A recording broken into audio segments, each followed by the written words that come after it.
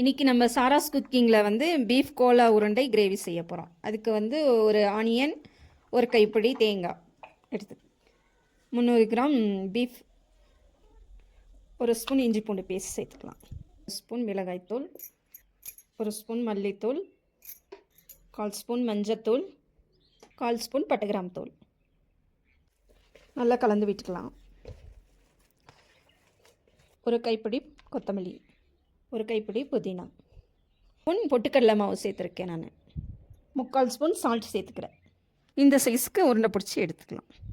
டான கலர் வந்தால் போதும். நம்ம வந்து கிரேவிக்கு எடுத்து கிரேவியில் போட்டுக்கலாம்.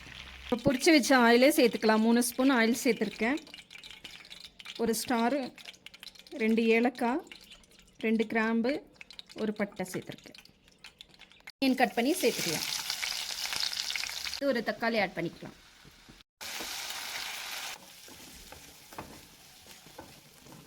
ஆனியன், 2 தக்காளி அரைச்ச பேஸ்ட்டு சேர்த்துக்கலாம். 1/2 ஸ்பூன் மிளகாய்த்தூள், 1/2 ஸ்பூன் மல்லித்தூள், 1/4 ஸ்பூன் மஞ்சள் தூள், 1 ஸ்பூன் கரம் மசாலா, 1/2 ஸ்பூன் உப்பு. எந்த அளவுக்கு கிரேவி வேணுமோ அந்தளவுக்கு தண்ணி ஆட் பண்ணிக்கோங்க. இந்த ஸ்டேஜில் நம்ம பீஃப் கோலா உருண்டையை இதில் சேர்த்துக்கலாம். கடைசியாக சின்ன தேங்காயில் அரைமுடி தேங்காய் அரைச்சி பால் உடையாமல் அப்படியே நல்லா கலந்து விட்டுக்கலாம். கிரேவி திக்னஸ்க்காக 2 ஸ்பூன் பொட்டுக்கடலை மாவு ஆட் பண்ணிக்கலாம். ஃபைனலாக கொத்தமல்லி தழை தூவி நம்ம இறக்கிக்கலாம்.